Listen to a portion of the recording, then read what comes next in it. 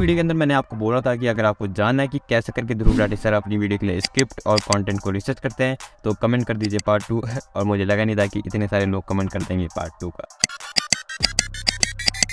ये वीडियो है उस वीडियो का पार्ट 2।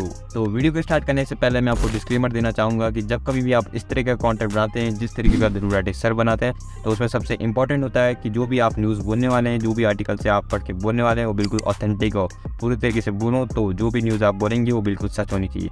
आगे मैं वीडियो में ये भी बताऊँगा कि कहाँ से आप एकदम ऑथेंटिक न्यूज़ को उठा सकते हैं।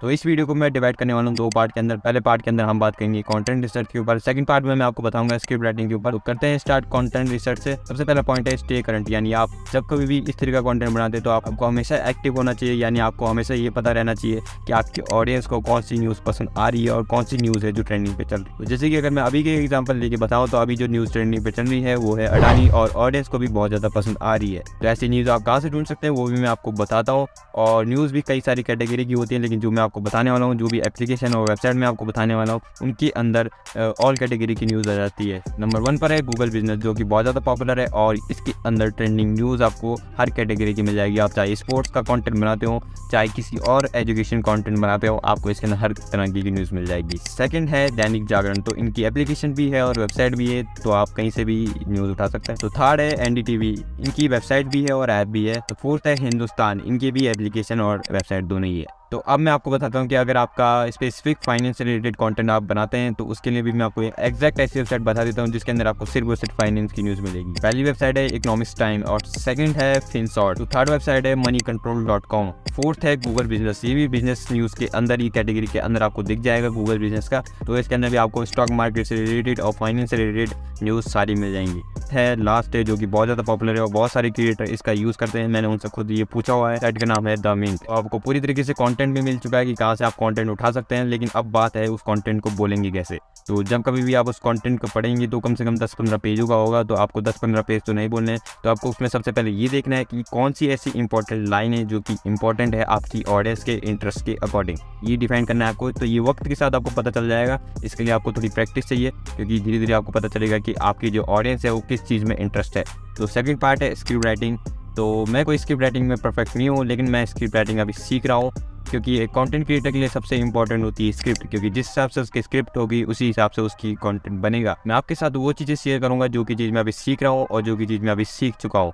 तो नंबर 1 पर है बी क्लियर, यानी आप जब भी आप अपनी ऑडियंस को कुछ बताने की कोशिश करें तो आप ये करें कि आप कभी भी किसी भी कठिन शब्द का इस्तेमाल ना करें, क्योंकि मैंने देखा है कि जितने भी आजकल के नए क्रिएटर हैं वो जानबूझ के कठिन शब्दों का इस्तेमाल करते हैं ताकि बड़े बड़े लोगों को लगे कि वो कोठी बंगले वाले लोग हैं। तो आप अवॉइड करें किसी भी कॉम्प्लेक्स वर्ड को बोलने का, यानी आप बिल्कुल जितना ज़्यादा सरल वर्ड में आप बता सकें उतना ज़्यादा आप सरल वर्ड में बताएं। तो मैं जब कभी भी कंटेंट बनाता हूं तो मैं ये ध्यान में रखता हूँ कि सामने वाला किसी एक छोटे उम्र के बच्चे को मैं बता रहा हूँ, तो तब जाके आप ऐसी लैंग्वेज का इस्तेमाल करेंगे जो कि एक कम से कम उम्र का बच्चा भी समझ जाए। तो सेकंड पार्ट है ऑर्गेनाइज योर थॉट, यानी इसका मतलब ये है कि जो भी चीज़ आप सोच रहे हैं आपको ये पता होना चाहिए कि आखिर आप उसे किस तरीके से अपनी ऑडियंस को बता सकते हैं। तो ये चीज़ें कम्युनिकेशन स्किल के अंदर आती हैं, लेकिन अगर आपने ये चीज़ सीख ली तो ये बहुत ही ज़्यादा इंपॉर्टेंट स्किल होती है कंटेंट क्रिएटर के लिए। तो ये कैसे करके आप सीख सकते हैं, तो मैं क्या करता हूँ कि मैं डेली अपनी एक वीडियो रिकॉर्ड करता हूँ, मैं उसे अपलोड नहीं करता, मैं उसे यूट्यूब पर ही डालता हूँ, लेकिन उसे मैं प्राइवेट कर देता हूँ। तो इसकी मदद से जो मेरी कम्युनिकेशन स्किल है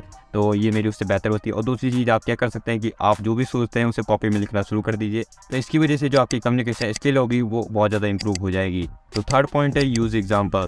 तो इसका सबसे परफेक्ट एग्जांपल है खान सर। जब कभी भी आप उनकी वीडियो देखेंगे तो आपको पता चलेगा कि वो हमेशा एग्जांपल का यूज़ करते हैं अपनी ऑडियंस को समझाने के लिए। तो एग्जांपल की मदद से आप अपनी ऑडियंस को ये बता सकते हैं कि आखिर आप क्या बोलना चाहते हैं, जैसे कि मैंने आपको खुद एक एग्जांपल दिया खान सर का, ताकि आप अच्छे से समझ जाएं कि मैं क्या कहना चाहता हूँ। फोर्थ और आखिरी है स्टे फोकस, यानी जब कभी भी आप कंटेंट बनाते हैं तो मैंने देखा कि कई सारे क्रिएटर हैं जो कि आउट ऑफ टॉपिक चले जाते हैं, यानी टॉपिक से बाहर चले जाते हैं। तो वो चीज़ें भी आपको वक्त के साथ पता चलेगी, लेकिन आपको ये ध्यान रखना पड़ेगा कि कहाँ पर आप आउट ऑफ टॉपिक जा रहे हैं, यानी आप टॉपिक से बाहर जा रहे हैं। क्योंकि वीडियो एंड करने से पहले मैं आपको फिर से कोई डिस्क्लेमर देना चाहूँगा, इस बार मैं नहीं दूंगा, इस बार अमिताभ बच्चन सर देंगे। ज्ञान जहाँ से भी मिले बटोर लीजिए और पहले जरा टटोल लीजिए।